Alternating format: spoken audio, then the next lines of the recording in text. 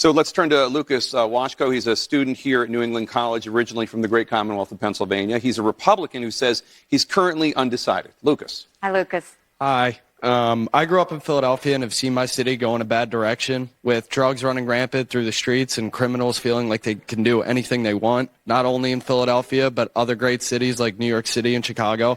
What will you do to stop this and return these places to their former glory? It's true, and my son goes to school not far from there, and I worry every time he goes into the city. The first thing we need to do is we have got to defund sanctuary cities. You can't have safe havens for all of this lawlessness that's happening. It's not just illegal immigrants. It creates lawlessness throughout the city.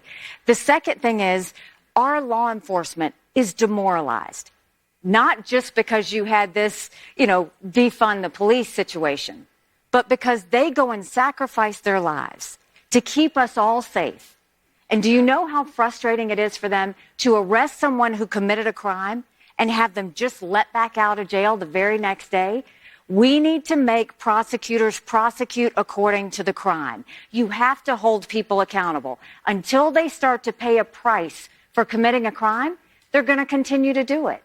And in the meantime, that way we can start to get stolen guns off the street. We can start to get drug dealers off the street. We can start to clean up our cities because people will know they're not going to get away with it anymore. That is happening throughout our country. I was in California several months back, and it was shocking. If you went into a drugstore, you had a security officer there, but people were literally just throwing things in a bag and walking out because they knew there was no price to pay.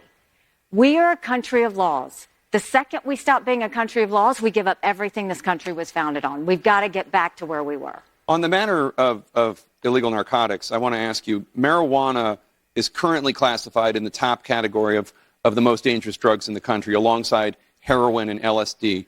Last week, scientists at the FDA said that marijuana should be moved to a much lower risk classification. Would you support that? I think I'll go with the scientists on that. I think it's obviously not in the same class as heroin. But I also think when you're looking at the legalization of this, I want states to be able to decide that. That's something that should be as close to the people as possible.